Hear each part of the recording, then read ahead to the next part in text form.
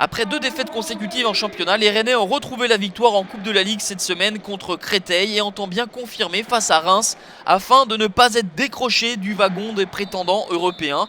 Les Rémois ne sont qu'à 3 points de leur adversaire du soir mais ne s'exportent pas très bien, une seule victoire lors de leurs 14 derniers déplacements, 3 matchs nuls et 10 défaites.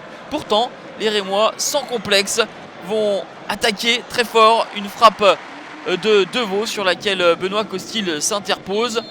Au milieu du néant, Rennes va avoir une occasion fructueuse avec cette tête du défenseur central mozambicain Edson Mecher. 3e but de la saison pour le Mozambicain sur le premier tir cadré des hommes de Philippe Montagnier. Reims concède son 10e but de la tête. L'équipe la plus friable dans ce domaine. 1-0 pour Rennes à la mi-temps. Un score plutôt flatteur pour les hommes de Philippe Montagnier. Plutôt ballotté par des Rémois plus incisifs. Jean-Luc Vasseur espère un petit peu plus de réalisme car dans le jeu, dans le contenu, ils sont intéressants ces joueurs.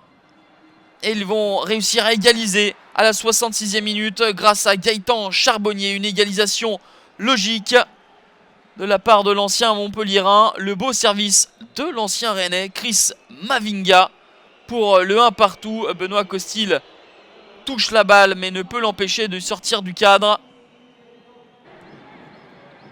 2e but de la saison pour Gaëtan Charbonnier qui relance complètement cette partie.